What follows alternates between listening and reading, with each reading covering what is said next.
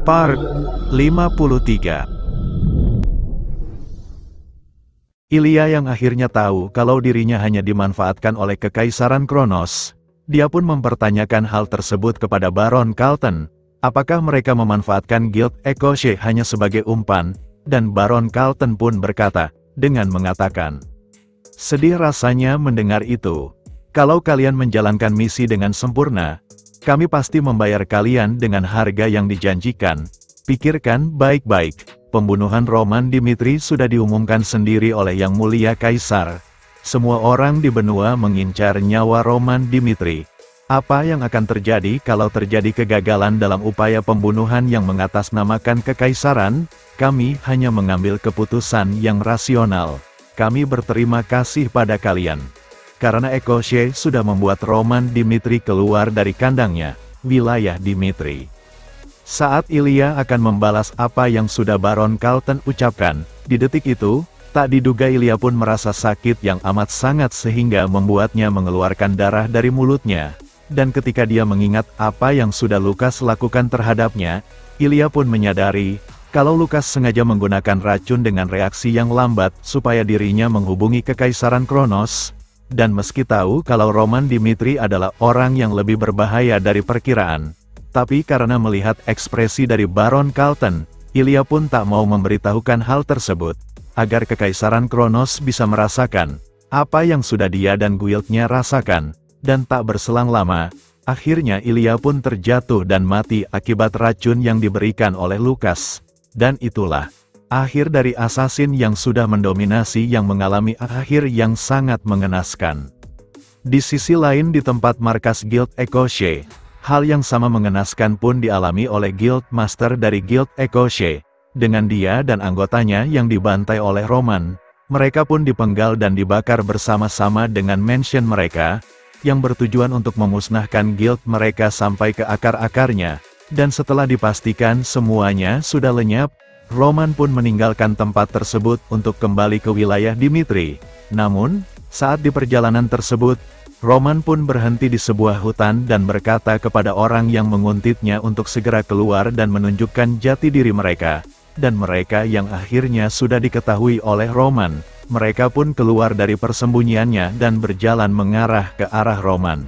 Dan diketahui, mereka adalah individu yang membaur dalam kegelapan kekaisaran, yang dipanggil dengan julukan Shadowhound.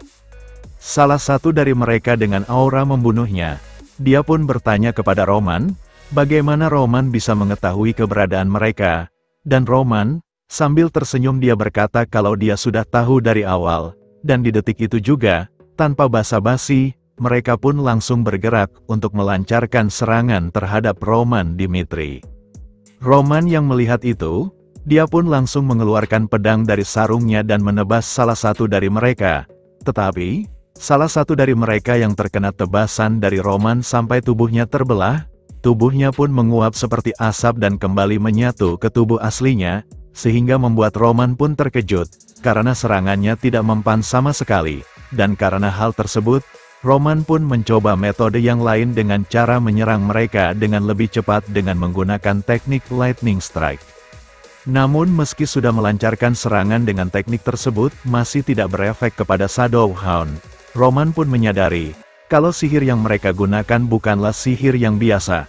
Karena entah kenapa, kekuatan misterius yang mereka gunakan seperti ia pernah merasakannya di dunia Murim di kehidupannya yang lalu. Yang diketahui, itu adalah kekuatan yang tidak seharusnya ada di dunia. Karena kekuatan tersebut menyerap energi kehidupan manusia. Yang disebut, itu adalah kekuatan sihir hitam, dan Kekaisaran Kronos. Mereka yang sudah menggunakan kekuatan jahat untuk membunuhnya, mereka sudah salah besar.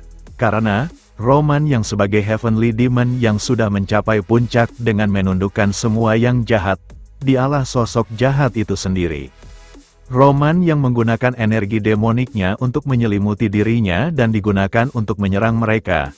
Dengan tinjuannya, Roman pun melancarkan beberapa serangan kepada salah satu anggota Shadowhound, yang ternyata serangan tersebut berefek kepada teknik yang mereka gunakan.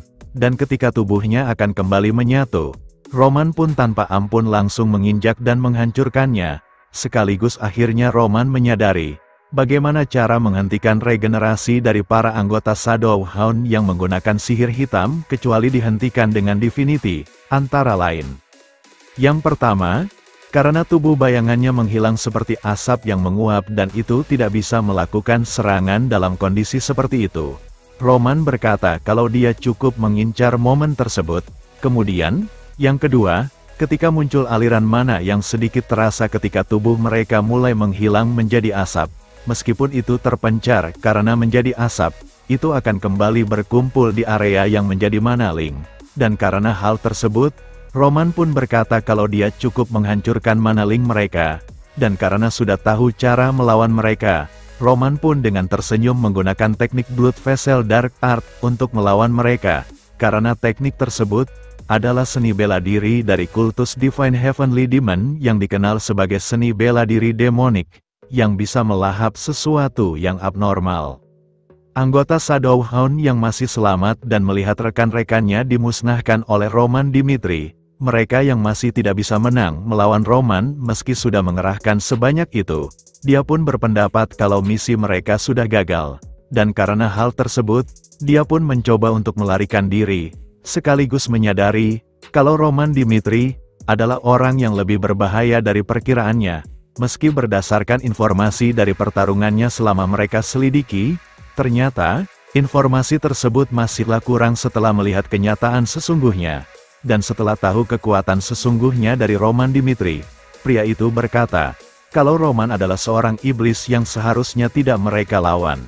Namun tak diduga, saat dia akan melangkahkan kakinya kembali, dia pun terjatuh, karena, kakinya sudah terpotong tanpa ia sadari. Next, kita lanjut di part selanjutnya. Terima kasih.